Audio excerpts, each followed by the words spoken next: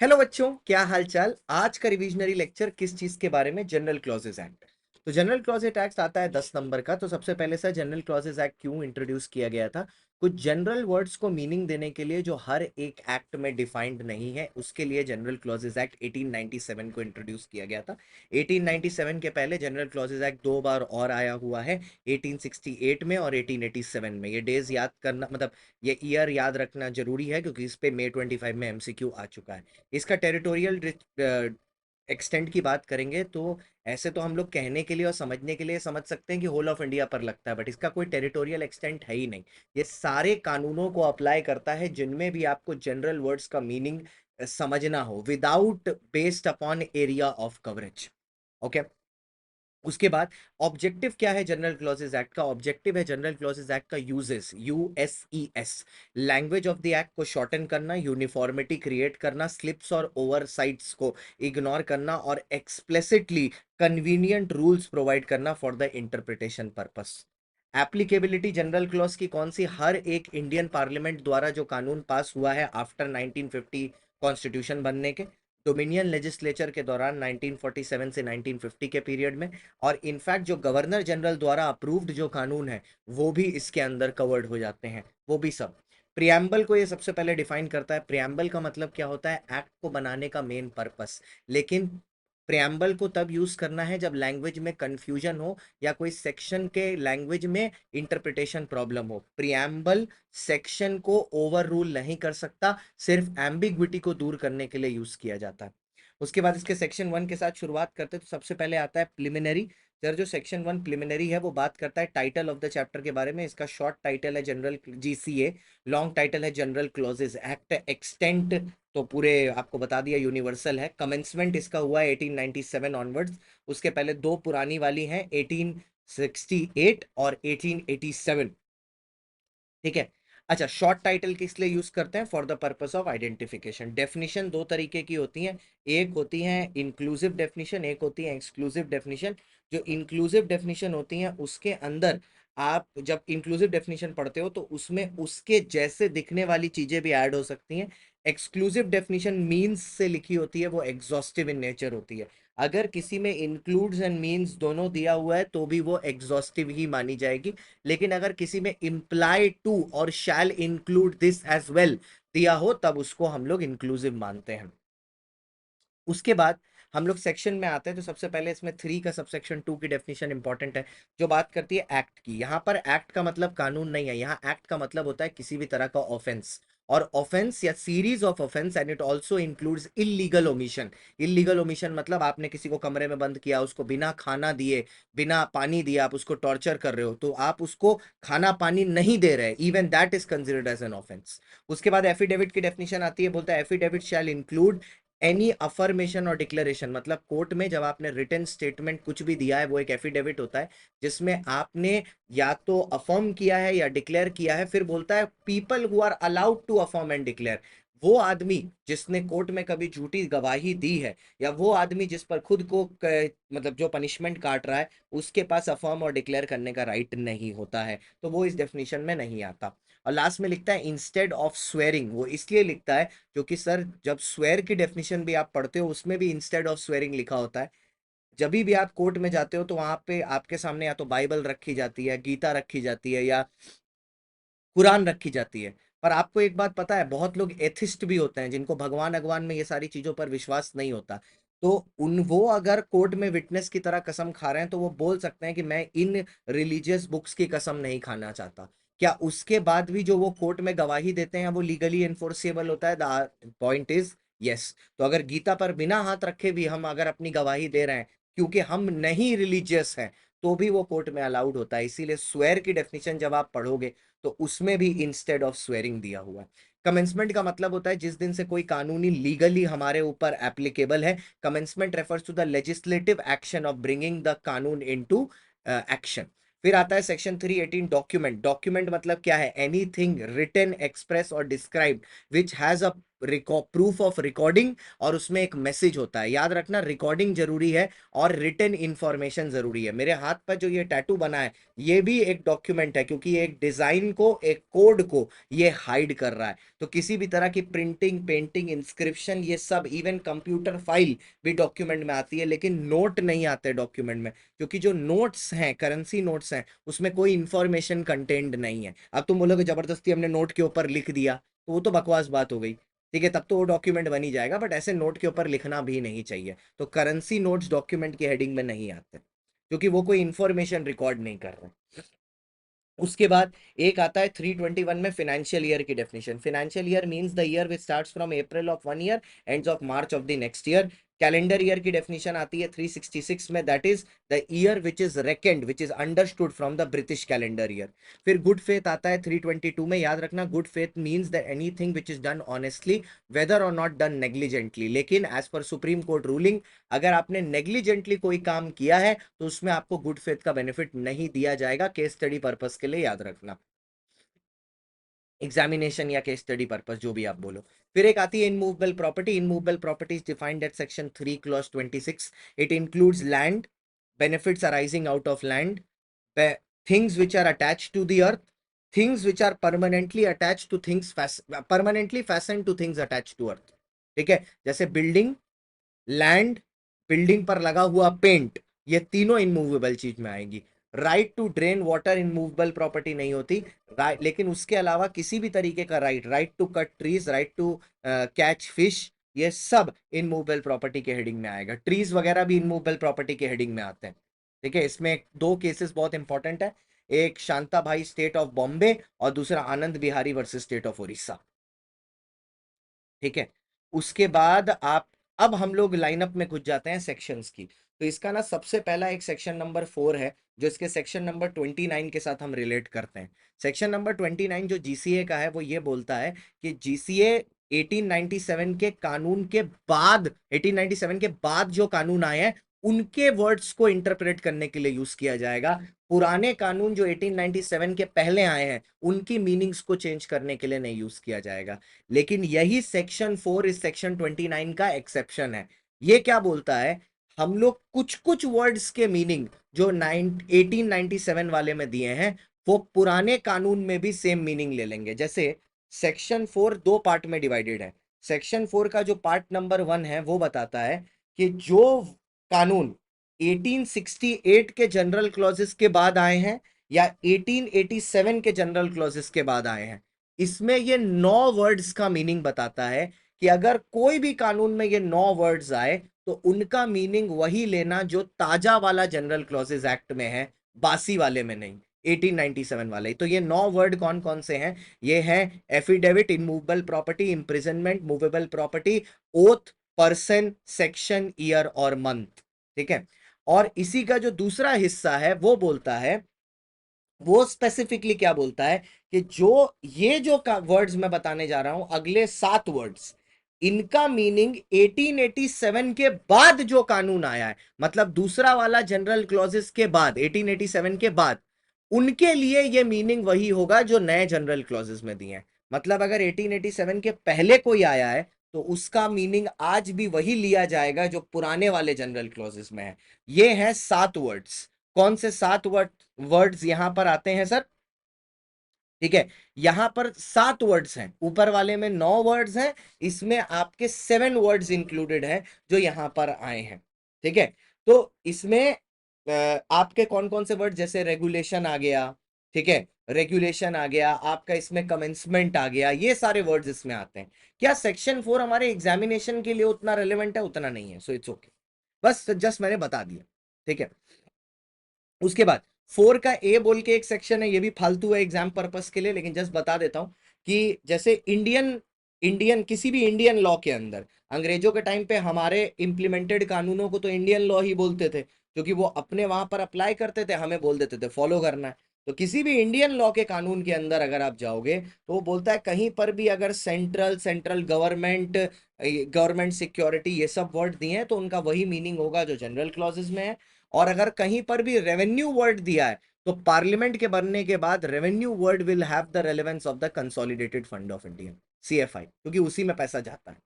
Section 5 onwards आपके लिए important हो जाता है। सेक्शन 5 सबसे पहले बात करता है कि कोई एक्ट की एनफोर्समेंट डेट क्या होगी। ध्यान से सुनिएगा, एक्ट की एनफोर्समेंट डेट होगी प्रेसिडेंट का सिग्नेचर, डेट जिस दिन उसको ऑफिशियल गजट में डाला गया है, या एनफोर्समेंट डेट जो उस कानून में दी हुई है, विच एवर इज अर्लियर। अगर एनफोर्समेंट डेट नहीं दी है तो जिस दिन प्रेसिडेंट ने साइन किया है वही डेट को ले लेना। अब AK Roy versus state of UP, कोई भी गवर्नमेंट को फोर्स नहीं किया जा सकता कोर्ट द्वारा किसी कानून को इंप्लीमेंट करने के लिए।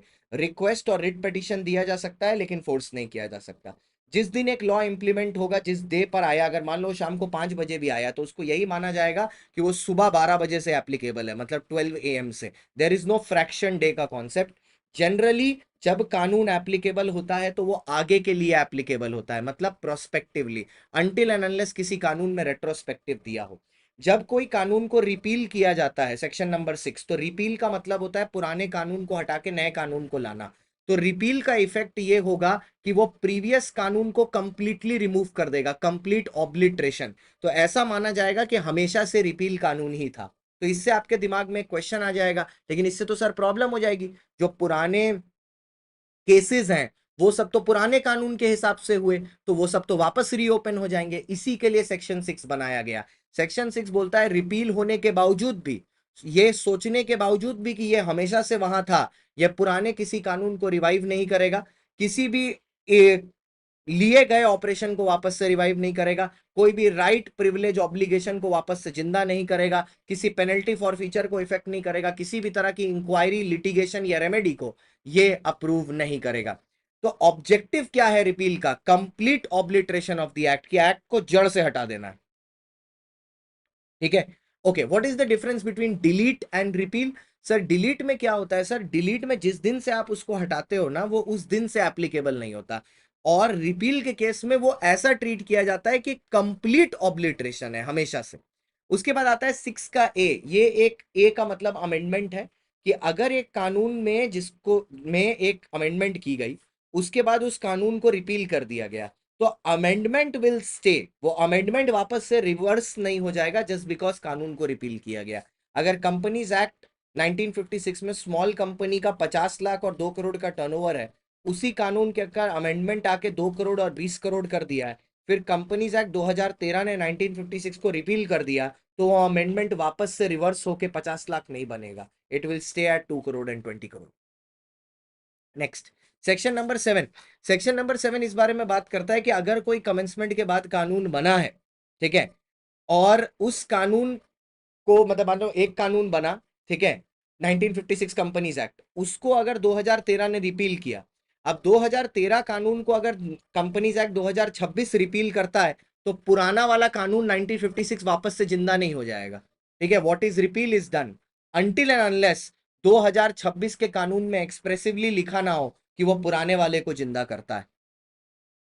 ठीक है, सेक्शन नंबर 8, अगर एक कानून के अंदर दूसरे कानून का रेफरेंस दिया है, LLP एक्ट 2008 में 1956 कंपनीज एक्ट का रेफरेंस दिया है, अब अगर 1956 कंपनीज एक्ट रिपील कर दिया गया, तो automatically reference will shift to the companies act 2013। Section number 9, computation of days.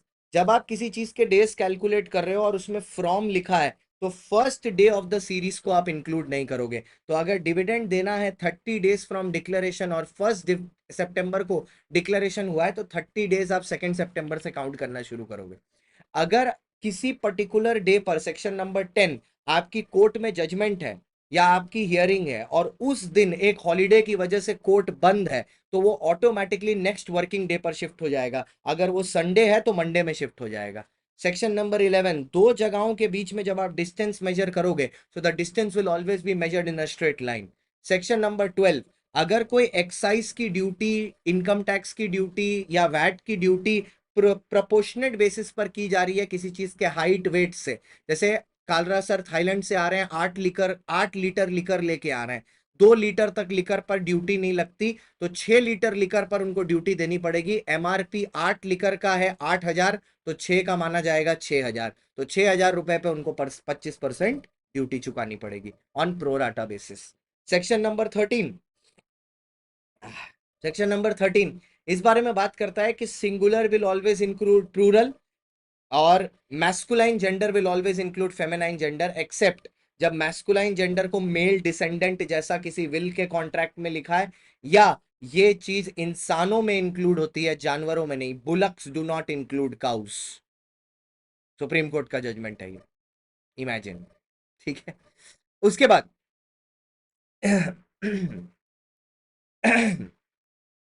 ये लास्ट हुआ 13। उसके बाद आया 14। 14 में बोलता है सर अगर मान लो गवर्नमेंट के एक ऑफिस के पास एक पावर है, एक बार वो उस पावर को एक्सरसाइज करता है, तो वो पावर को सिर्फ वो एक बार एक्सरसाइज नहीं कर सकता, मल्टीपल टाइम्स एक्सरसाइज कर सकता है। लाइक सुप्रीम कोर्ट के पास under the state reorganisation act एक पावर है नए स्टेट्स बनाने की, तो वो एक पावर एक ही बार नहीं मल्टीपल टाइम एक्सरसाइज कर सकता है। सेक्शन नंबर 15, अगर किसी गवर्नमेंट ऑफिस में किसी आदमी को अपॉइंट करना है, तो आपके पास ये भी पावर है कि आप सीट में फ्रेश गजेटेड ऑफिसर को बैठा सकते हो, तो आप किसी एक्स ऑफिसर को भी वहां बैठा सकते हो, मतलब एक डिपार्टमेंट से निकाल के दूसरे डिपार्टमेंट में शिफ्ट कर सकते हो। सेक्शन नंबर 16, अब मान लो सर एक अथॉरिटी के पास अगर पावर टू अपॉइंट है, ठीक है, तो उस अथॉरिटी के पास power to suspend, power to remove, power to dismiss भी रहेगा। सेक्शन नंबर 17, अगर कोई कमिटी, ठीक है, अगर कोई कमिटी या कोई अथॉरिटी सब्सटीट्यूशन हुआ है, लाइक जब आप फेमा पढ़ते हो तो फेमा में मिनिस्ट्री ऑफ एचआरडी मिनिस्ट्री लिखी हुई है, लेकिन एचआरडी मिनिस्ट्री तो आजकल है नहीं, तो वो तो मिनिस्ट्री की पावर शिफ्ट कर दी गई है मिनिस्ट्री ऑफ एजुकेशन पर। तो जब ऐसी पावर शिफ्टिंग हुई है, तो जो सेम फंक्शन पहला वाला ऑफिस इंप्लीमेंट कर पा रहा था, the same responsibility and functions will be held by the other one as well. उसके बाद आता है सेक्शन 18 सक्सेसर। सर सीट कुर्सी की पावर होती है, ठीक है, तो अगर एक सक्सेसर एक दूसरे गवर्नमेंट ऑफिस की जगह पर आके बैठा है, प्रीडिसेसर को ओवरराइड किया है, तो उसकी same power, same duty, same obligation रहेगी जो उसके प्रीवियस में रहेगी। मतलब मान लो अभी बंगाल में इलेक्शन चल रहे हैं, चल ही रहे हैं, और अगर ममता दीदी हार जाती है और बीजेपी पावर में आ जाती है, तो बीजेपी की भी same power, same duty, same obligation रहेगी जो ममता दीदी की पार्टी की थी। सर अगर सेक्शन नंबर 19, अगर ऑफिशियल चीफ जो है वो सर्विस में नहीं है, तो जो उसका सबऑर्डिनेट है ना, वो उसकी जगह काम करेगा, ठीक है, and the subordinate will have the same power as that of the official chief.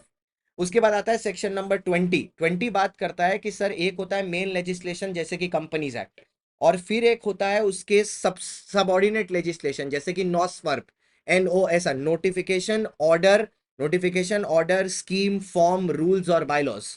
अब ये बनाने की power ministry of corporate affairs के पास है, और मेन लेजिस्लेशन पार्लियामेंट बना दिया है। इसी से मिलते जुलते सेक्शंस है। सबसे पहला सेक्शन 20 जो बोलता है एक्ट में जो वर्ड्स का मीनिंग होगा, और नॉस फर्ब मतलब नोटिफिकेशन ऑर्डर, स्कीम में जो वर्ड्स का मीनिंग होगा, वो दोनों मीनिंग सेम होंगे, दोनों के मीनिंग में फर्क नहीं होगा। सेक्शन 21, जिस अथॉरिटी के पास नॉसफर्ब बनाने की पावर है, उनके पास आवारा करने की भी पावर है, नॉसफर्ब को अमेंड करने की, वेरी करने की, उसको रिसाइंड या रिमूव करने की। Shri Siddhi Bai steels versus state of UP. फिर आया सर कमेंसमेंट। सर कोई भी रूल, लॉ, बाय लॉ आप बनाना उसी दिन से शुरू कर देते हो जिस दिन से पार्लियामेंट में एक्ट पास हुआ है, लेकिन उसको इंप्लीमेंट तब तक नहीं किया जाता जब तक एक्ट नहीं बना है। मतलब प्रोसीडियल एडमिनिस्ट्रेशन काम आप पहले से शुरू कर सकते हो, लेकिन आप ये याद रखो कि उस पर जो इंप्लीमेंटेशन है वो आप तभी कर पाओगे जब वो चीज ऑपरेशन में आएगी, ठीक है, जब वो चीज ऑपरेशन में आएगी, बिना उसके आप ये काम नहीं कर पाओगे, it is not possible at all. उसके बाद आया section number 23, publication of bylaws, orders and public comments. ये क्या है सर सेक्शन नंबर 23? अब सुनना सर, जब भी कोई एक्ट में, और ऐसे हर एक्ट में नहीं होता, कि जब भी कोई एक्ट में ऐसी चीजें लिखी रहती हैं, ठीक है, कि सर ये पर्टिकुलर काम, ठीक है, जब भी कोई एक्ट में ये चीज लिखी रहती है कि ये पर्टिकुलर काम जो आप कर रहे हो, जो आप इंप्लीमेंट कर रहे हो, इसके लिए आपको इस ऑर्डर के लिए पहले गवर्नमेंट की परमिशन लेनी है या लोगों का ओपिनियन लेना है, तो ऐसे केस में क्या किया जाएगा, उस रूल और बाय लॉ का जो रफ ड्राफ्ट है उसको पहले पब्लिक ओपिनियन के लिए एक पर्टिकुलर जगह पर डाला जाएगा, let's say the official gazette. उस पर रूल्स, ओपिनियन, ये सारी चीजें ली जाएंगी, ठीक है, फिर उसकी एक लास्ट डेट रहेगी जब तक आपको वो देना है। एक बार आपने वो दे दिया, अथॉरिटी चाहे तो उसको कंसिडर करेगी, ना चाहे तो ना करे, डिपेंड्स अपॉन रीजनेबिलिटी, और उसके बाद उसको फाइनल ड्राफ्ट में डाला जाएगा और तब उसका इम्प्लीमेंटेशन होगा। फिर आता है sir continuation of orders and publication. एक बार, ठीक है, एक बार एक इनैक्टमेंट को रिपील या री इनैक्ट किया गया तो सर उसके जो रूल्स वगैरह रहते हैं ना वो एकदम से हट नहीं जाते, वो रूल्स कंटिन्यू करते हैं अप्लाई करने के लिए until and unless new set of rules ना लेके आए। तो अगर कंपनीज एक्ट 1956 हटा तो जो रूल्स थे उसके वो कंटिन्यू किए जब तक new set of companies act 2014 rules implement ना किए गए। उसके बाद आता है section number 25, recovery of fines. वो बोलता है अगर किसी कानून में फाइन रिकवरी कैसे करनी है ये नहीं दिया हुआ है तो आप उसमें वही चीज ले लो फाइन रिकवरी के लिए जो इंडियन पेनल कोड के सेक्शन नंबर 60 से 63 में दिया हुआ है, मतलब इंडियन पेनल कोड को फॉलो कर लो। फिर आया सेक्शन नंबर 26 जो बोलता है कि ये आर्टिकल 20 ऑफ द कॉन्स्टिट्यूशन से भी रिलेट करता है कि डबल जेपरिडी नहीं हो सकता, मतलब किसी भी आदमी को एक गुना के लिए दो इनैक्टमेंट में सजा नहीं हो सकती। आपके ऊपर दो इनैक्टमेंट में केस जरूर चल सकता है लेकिन सजा दो इनैक्टमेंट में नहीं हो सकती। अब आया section number 27, meaning of service by post.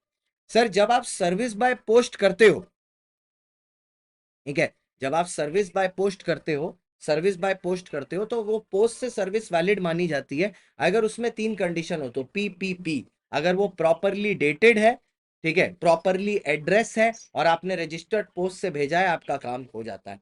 याद रखना रजिस्टर्ड पोस्ट से भेजना है, रजिस्टर्ड पोस्ट अक्नॉलेजमेंट ड्यू से अगर बोला गया है भेजने के लिए तो फिर आप रजिस्टर्ड पोस्ट अक्नॉलेजमेंट ड्यू से ही भेजेंगे, वो रजिस्टर्ड पोस्ट से भेजने से नहीं चलेगा, ठीक है। और इसके बाद फिर 28 था जो साइटेशन के बारे में बात करता है कि वो देखो वो 28, 29, 30 उतने इंपॉर्टेंट नहीं है लेकिन क्योंकि मैं कवर कर रहा हूं तो सब बोल दे रहा हूँ। 28 बात करता है साइटेशन के बारे में कि कानून को पढ़ना कैसे। उसका पहला पार्ट ये बोलता है कि कानून को पढ़ने के लिए, ठीक है, आपको या तो आप एक्ट का नाम यूज कर सकते हो जैसे इंडियन पेनल कोड, या आप एक्ट का नंबर यूज कर सकते हो एक्ट 45 ऑफ 1860, या आप एक्ट का सेक्शन भी रेफर कर सकते हो section 60 to 63 of this particular act. Citation का मतलब होता है रेफरेंस। जब आप 63 टू 70 बोल रहे हो तो इसका मतलब है कि 63 भी इंक्लूडेड है, 70 भी इंक्लूडेड है, ये बोलता है उसका सेक्शन नंबर 228 का। फिर आता है सेक्शन 29, वो तो मैंने पहले ही बोल दिया कि जनरल क्लॉजेस बाद के एक्ट को रेफर करता है। और लास्ट है सेक्शन नंबर 30 जो बात करता है ऑर्डिनेंस के बारे में। ऑर्डिनेंस वो टेम्पररी कानून होता है जो डायरेक्टली प्रेसिडेंट पास कर सकता है and it has the effect of a central act. Basically वो सेक्शन नंबर 30 यही बोलता है कि सेंट्रल एक्ट जहां जहां जनरल क्लॉजेस में यूज हुआ है except in section number 5 it will include the reference to an ordinance. Why section number 5? क्योंकि सेक्शन नंबर 5 में कमेंसमेंट के बारे में बताते हैं और एक ऑर्डिनेंस की कमेंसमेंट अलग होती है कंपेयर टू जिस तरीके से एक कमेंसमेंट होती है ऑफ एन इनएक्टमेंट। अब इसके साथ मैंने जीसीए पूरा का पूरा पढ़ा दिया, इसको समरी नहीं बोल सकते, पूरा पढ़ा दिया इन 23 minutes. All the very best.